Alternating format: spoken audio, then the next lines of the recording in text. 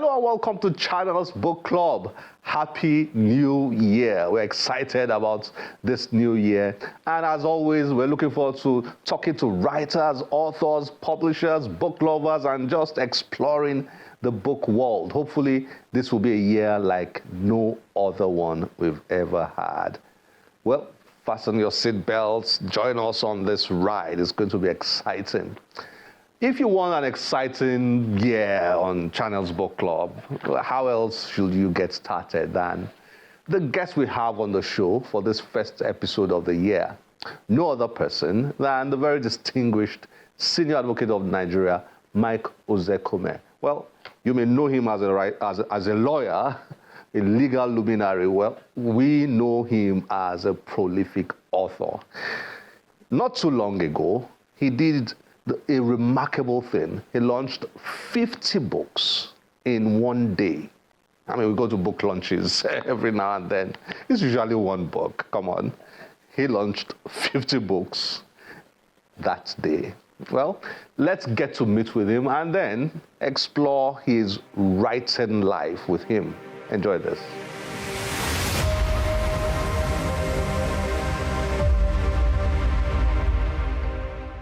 Chief Mike Ozekhome is a senior advocate of Nigeria, constitutional lawyer, human rights activist, and author.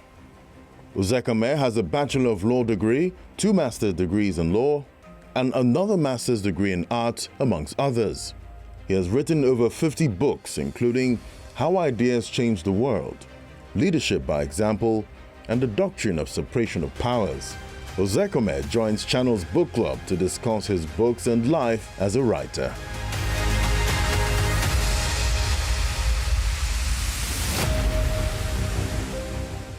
Chief, welcome to Channels Book Club. It's great to have you here.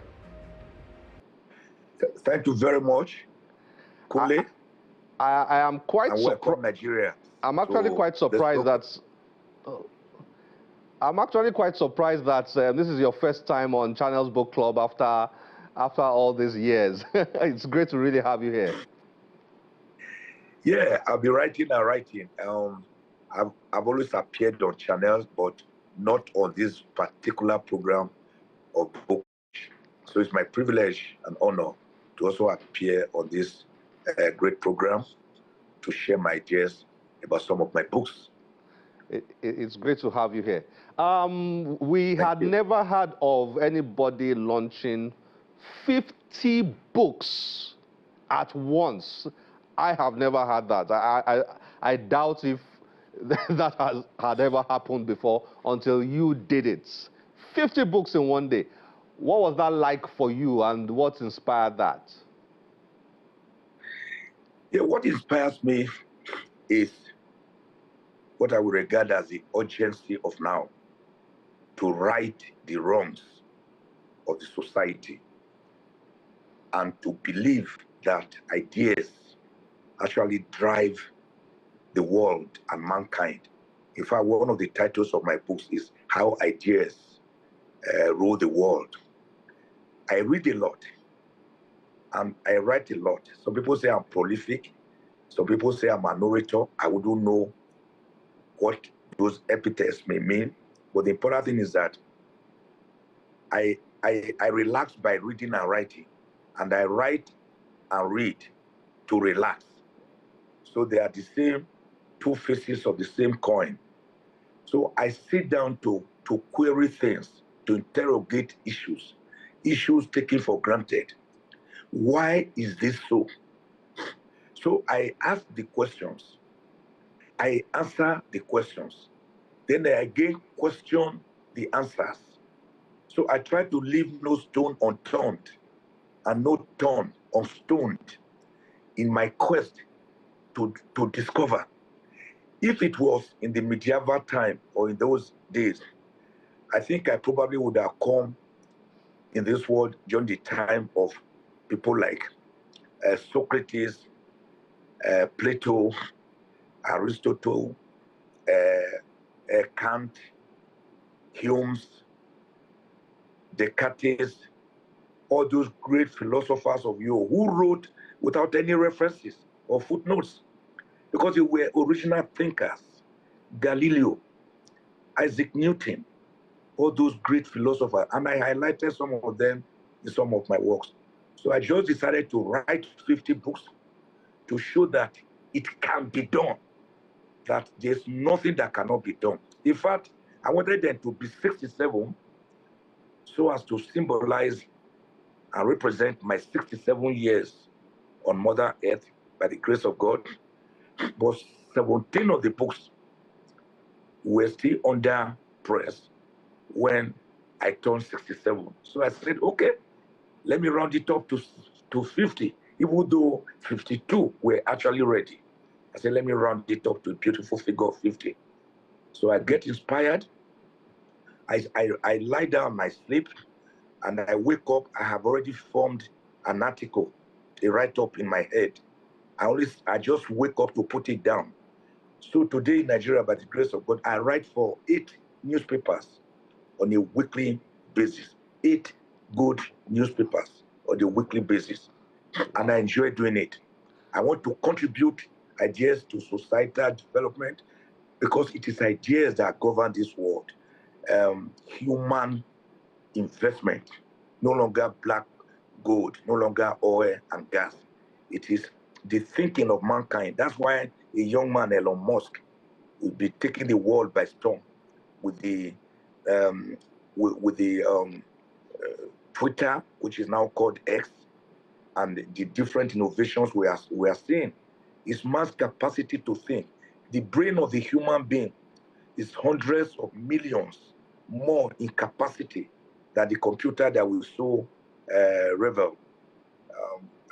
I will continue to write. I want to be remembered when I'm dead as a man who came to this world to change it to the best of his ability, to make an impact on mankind, and to see that we have a better society for all of us, for our children, and for posterity. Very inspiring. 50 books are a lot. This is what I do. I've met authors of different types, spoken to authors over the years, but for an author to write 50 books is incredible.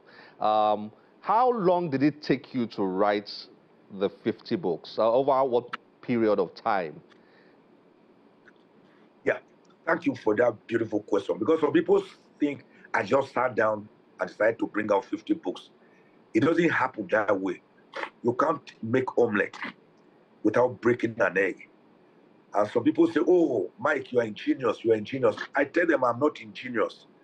Ingenuity or being ingenious is 99% perspiration and only 1% inspiration. So after that 1% inspiration, the next 99% are made of perspiration. So you have to work night and day.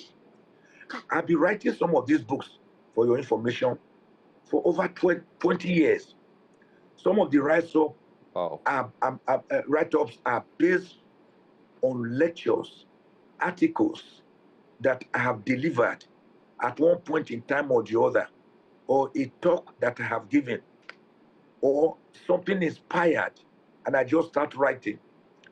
Like, for example, Nigeria's evolution and the political players. I thought we should know the beginning of Nigeria. How did we come to be Nigeria?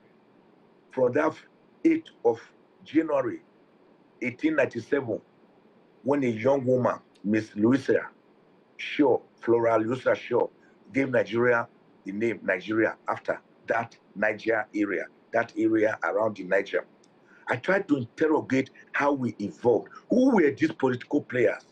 Who were the nationalists? Before the nationalists, who were the people that dominated during the Kane Bonu Empire, the Benin Kingdom, the Oyo Empire, the Ife Kingdom? People like Ovora Minogbaese, Nana Ofichekiri, Oba Akinzwa II. You know, I try to look at all these things, Jaja Vopobo. So what I try to do is to unearth things that people may forget. So you can say, lest we forget. That is why I write some of these books. You will see some of them, for example, like leadership by example. Why do some leaders succeed? Why do some fail? Why was Nero a revered Roman empire? Why did he suddenly fall? He was playing the fiddle while Rome was on fire. Why did a person like Jonathan, why is he considered as having succeeded in spite of some failures in some areas by that great speech he made, conceded defeat, even while the votes were being counted, by saying, my ambition is not worth the drop of innocent blood of Nigerians? How do some people like Abraham Lincoln, through his Gettysburg Declaration on the 18th of November, 1863, become in history better known not as the abolitionists who proclaimed the Abolition Act in 1863, but for that great inspiring speech of democracy being the government of the people, for the people, and by the people? How do some people make it to the top and then crash land? How is it that some humble people like me get from the bootstrap and get to the top? I wrote on them. I wrote on civilization, for example, how the world at the feet of Africa, how Africa actually inspired the world, but are forgotten and regarded as the continent, the dark continent. You need to read Walter Rodney, how Europe underdeveloped Africa. Why would we be taken for slavery for over 400 years before the abolitionists came? People like William Wilberforce, Thomas Clarkson, Gladys Sharp, and the rest. I wrote on all this because apart from being a lawyer, I'm also, by the grace of God, a historian and an archivist. I like archiving. So in this my work, you will see books on the doctrine of separation of power, ably popularized by Baron de Montesquieu in 1848, a great French philosopher. You will see a book on the executive, a book on the legislature, a book on the judiciary. You will see books on different areas of life, both history. For example, Is Religion an Opium of the Masses? A book forwarded by Bishop Uka. And many of these books are actually forwarded by different great Nigerians in their respective areas. Some by General Obasanjo, for example, the first script on me, democracy, law, and good governance. You will see some forwarded by Papa Ike Clark. You will see some books on historical evolution of Nigeria and Africa itself. You will see some books on corruption, anti-corruption, some books on security agencies, some books on different aspects of life, generally, blood on the Niger and Benue, the grim insecurity in Nigeria. So some of these works, when you read them, your eyes will be open more to see why and how we can make it from little beginnings. You will see different books. For example, some are purely academic, like my book on personal property law. That is the first book ever in Nigeria from the academic world dealing with personal property law, which was based on the Secured Credit Transactions Immovable Assets Act of 2017, which was itself based on Article 9 of the US UCC in an area that only US had dominated, but which I now did to look at case studies comparatively across the world so as to bring them down to Nigeria to have a homegrown Secure Credit Transaction Act. I wrote on commercial and economic laws from the academic angle. I wrote on different aspects, contract, things that students will want to read, teachers, scholars, policy makers, people in government. I wrote on things like that, like federalism, how federalism is practiced. Guess what? I wrote on demystifying the coronavirus. When the coronavirus started, the COVID-19, the whole world was taken to shreds. And I sat down to start writing on it. I started writing articles. I sat down to say, why did we suffer this pandemic? I looked at the past pandemics, like the bubonic plague, different pandemics. I started researching on it. I finished the book only 1 month before I launched them on 17th of October. I started writing the book for 4 years, 602 pages. Wow. You know, although I'm a lawyer, I decided to go into research, medical, engineering, scientific. How do we prevent future pandemics so that we do not have it ever again? You will see a book like how the black race changed the world. Do you know that some of the greatest inventors ever, in science, in medicine, in the arts, in architecture, they were actually blacks. But nobody wants to remember all this. They give us a skewed narrative, which is why they will tell us that Mungo Park discovered the river Niger at Kainji, New Busa. How could Mungo Park have discovered a river that was where he met the inhabitants, drinking the water, taking their bath, and they were taking him around in a canoe before he caught mosquito that killed him? How would you say they discovered the river Niger? So I tried to use my books to change some of these skewed narratives. For example, I wrote on one, How to Succeed. It has 50 chapters on 50 aspects, factors that can make you succeed in life. Chief, Yeah. Chief, in fact, you have answered you have answered a lot of my questions, and I could just allow you to go on and on. I can see the passion. Fantastic, well done, sir. This is a bit of a tricky question, I'm sure, because I've been told by authors that your works are like your babies. So asking you to pick one or two can be very difficult. But when you look at Nigeria today, and you look at where the country is, and the state of the country, is there one or two of them that jump out to you? You look back and you say, "Oh, did I see today when I was writing this book?" That kind of thing. The one or two books that really jump out to you, and you will wish everybody in Nigeria today would read, given your observation of what is going on in the country. 1, How Ideas Change the World. 2, Leadership by Example.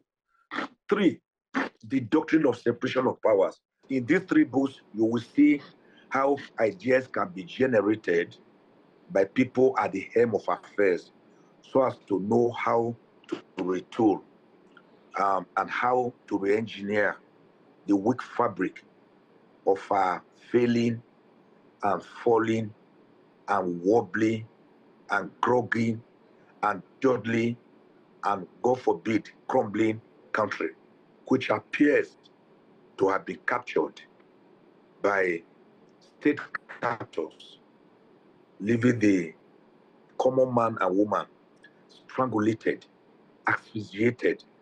These books will provide solution. Some of them are over 350 pages, some over 400 pages, some 250 pages. You will see some of them quotable quotes in quotable quotes from areas I had talked about as to how to remake Nigeria, how to remake Africa, how to remake the world. Some of them are highly scriptural. Some are historical, artistic. Some are almost poetic. So I write generally on everything that I take fancy for, without leaving anything to chance. I believe that when we read some of these books, Nigeria would be a better place. So I commend the books to policymakers, people in government at all levels, students, scholars in the academia, lawyers, judges at all levels, diplomats, the military, the police force, because one of them is some security agencies and the police. And when they go through all this, they'll be able to see my thought processes of how we can make it, because there's nothing impossible before God. Chief, it's been so wonderful having you on the show, and I believe I have your commitment to be back on this show. You definitely have to be back. We need to look at some of your books individually and talk about them. So much to talk about, given the range of topics. Yes, definitely. We will have you back to talk about pick out some of these books and really zero in on them and focus on them. But thank you very much for joining us on Channel's Book Club. It's been a pleasure hosting you, and congratulations, and keep writing. Thank you so much, Kule. I will keep writing. My ink will never dry, by the grace of God. Thank you, sir. You know what? With God, all things are possible. Is there anything too hard for me to do? Genesis 18:15, Jeremiah 32:27. There's nothing too hard for God to do. Thank you very much, sir. Thank you. Thank you. God bless you. Bye. Yeah.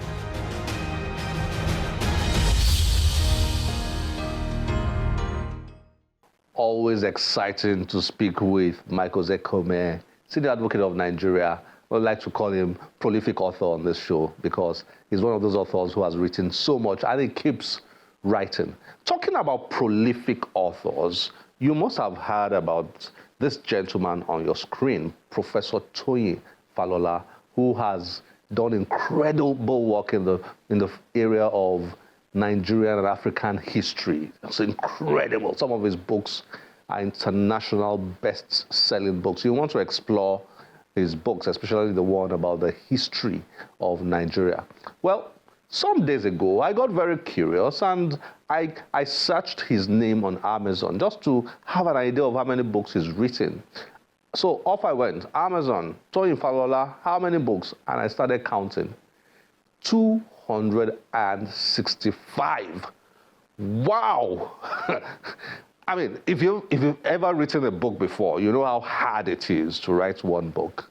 Talk less of writing 50 or talk less of writing 265 books. And I've got a feeling he's written more because those were counts on Amazon.com. Just imagine 265 books written, either books that he wrote or he edited, co-edited. Just incredible. So people like Chief Mike Ozekhome and Professor Toyin Falola, they are inspirations because for those of us who keep dreaming of, I'm going to write my own book, I'm going to write my own book, I'll write my own book one day. Well, start writing because that's the way they did theirs. They just started writing and then here they are today. So many books that have impacted on so many lives across the world. If you've been dreaming of writing your own book, now is the time to get started. Make sure by the end of the year, your book is done and dusted. How about that? Well, this is where we have to end the show today. As always, we'll be delighted to get your feedback through any of our social media platforms displayed on your screen. My name is Olakunle Kasumu. Remember, one great book can change your life. Bye-bye.